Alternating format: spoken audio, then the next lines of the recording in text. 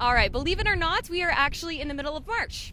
Welcome to Saskatchewan. Well, we wanted to kind of make this a positive feeling. It's winter snowstorm, middle of March, so we made a list of the top 5 things about having a March snowstorm. First of all, well, the potholes are full.